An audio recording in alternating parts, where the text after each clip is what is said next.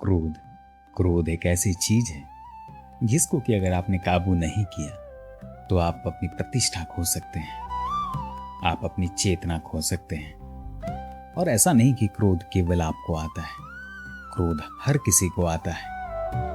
और इसके आने के पीछे मुख्यतः दो ही कारण हैं। या तो किसी की बात बुरी लगती है या किसी का व्यवहार पसंद नहीं आता तो गुस्सा आ जाता है। और एक बार जब यह आता है तो फिर दिमाग से निकलने का नाम नहीं लेता। ऐसे में आप उस घटना को लेकर बैठ जाते हैं, उसके बारे में सोचते रहते हैं। हर समय वही बात दिमाग में घूमती रहती है। आप किसी से कोई भी बात करें, वह घटना बीच में जरूर आएगी। ऐसे में आप न चाहते हुए भी उस बारे में बात करने लगते हैं, उसकी शिकायत करने लगते हैं। अगर वहां उस समय कोई बात करने वाला नहीं हुआ तो आप अपने आप से ही बातें करने लगते हैं, बड़बड़ाने लगते हैं। इस सब से उस व्यक्ति की सेहत पर तो कोई फर्क नहीं पड़ता, पर आपका नुकसान जरूर होता है। अगर आप चाहें तो इस स्थिति से आप बच सकते हैं, इस नुकसान से खुद को बचा सकते हैं। आइए जानते हैं कैसे।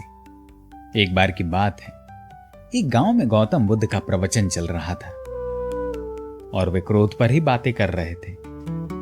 कह रहे थे कि जब हम क्रोधित होते हैं तो दूसरों को नुकसान पहुंचाने की कोशिश करते हैं, लेकिन उस समय हम इतने आवेशित हो जाते हैं कि हमारी सोचने समझने की क्षमता समाप्त हो जाती है और क्रोध में हम सही निर्णय के बजाय गलत निर्णय ले लेते हैं और उस गलत निर्णय की वजह से अपना ही नुकसान कर बैठते हैं।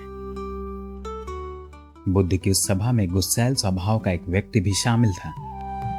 उसे हर बात पर गुस्सा आ जाता था।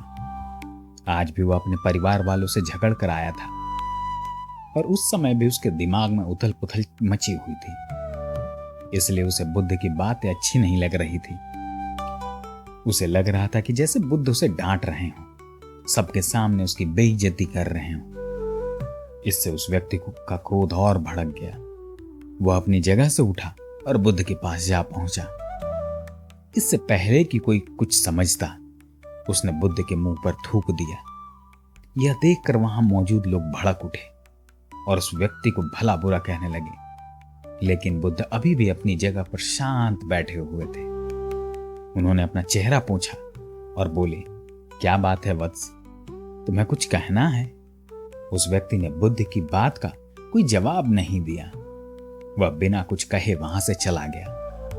यह देखकर एक व्यक्ति से रहा नहीं गया। उसने बुद्ध से पूछा कि महात्मन, उस मूर्ख व्यक्ति ने आपका अपमान किया और आपने उसे कुछ नहीं कहा। अब उसकी बातें सुनकर बुद्ध धीरे से मुस्कुराए और बोले, तुमने शायद उस व्यक्ति का चेहरा नहीं देखा। वह बहुत परेशान लग रहा था। मुझे लगता है कि वह किसी चिंता से घिरा हुआ था, इसलिए ऐसे परेशान व्यक्ति का क्या दोष देना। बुद्ध पर थूकने वाला व्यक्ति सभा से उठने के बाद अपने घर चला गया। अब वह दिन भर बेचैन रहा। उसे अपनी करनी पर पछतावा हो रहा था। रात में भी वह ठीक से सो नहीं सका। बेचैनी में कभी इधर करवटें बदलता, कभी उधर करवटें बदलता। अगले दिन वह दौड़ता हुआ भागता हुआ बुद्ध की सभा में आया और वहां पहुंचते बुद्ध के चरणों पर गिरा और रोने लगा। यह देखकर बुद्ध ने पूछा कि क्या हुआ वत्स, तुम क्यों रो रहे हो? वह बोला कि मैं ही वह दुष्ट व्यक्ति हूं जो कल आपके चेहरे पर थूक करके चला गया था। कल मैंने आपका बहुत अपमान कर दिया। पता नहीं कल मुझ पर कौन सा ऐसा पागलपन सवार हुआ था जो मैं ऐसे घृणित हरकत कर बैठा। कृपया मुझे क्षमा कर दें। बुद्ध बोले कि कल की बातें तो कल ही समाप्त हो गई थी। कल के बारे में आज क्या सोचना? अगर मैं उस घटना के बारे में सोचता रहता, क्रोध करता, तो उससे सिर्फ मेरा दिल ही दुखता। तुम्हें उससे कुछ फर्क नहीं पड़ता। इसलिए बुरी घटना को याद रखना कोई समझदारी की बात बिल्कुल नहीं है। इससे हमारी परेशानियां बढ़ जाती है, जीवन ठहर जाता है। इसलिए अप्रिय बातों को, अप्रिय घटनाओं को जितनी जल्दी भूल जाओ, उसमें ही समझदारी है। और जो भी व्यक्ति ऐसी घटनाओं को भूल जाता है, वही जीवन में आगे बढ़ता है, खुश रह पाता है। और जो उनमें उलझ गया उसका जीवन चक्रव्यूह के समान हो जाएगा। अब वह चाह कर भी उससे बाहर नहीं निकल पाएगा। गुस्सा करना बिल्कुल ऐसा होता है कि आप जहर पी रहे हो और जहर खुद पी के कामना यह करें कि सामने वाला आदमी मर जाए। इसलिए जब भी कभी आपको गुस्सा आए तो इस बात को ध्यान में रखें कि अगर आप किसी से नाराज होते हैं या रूठ कर चुपचाप बैठ जाते हैं तो आप अपना ही नुकसान कर रहे होते हैं। इससे केवल और केवल आपका समय और शरीर का नुकसान होता है।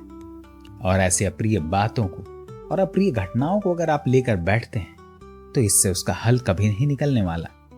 बेहतर है कि उन्हें भूल कर आगे बढ़ें। तभी आप जीवन के प्रवाह के साथ अपने आप को जोड़ पाएंगे, जीवन का आनंद ले पाएंगे।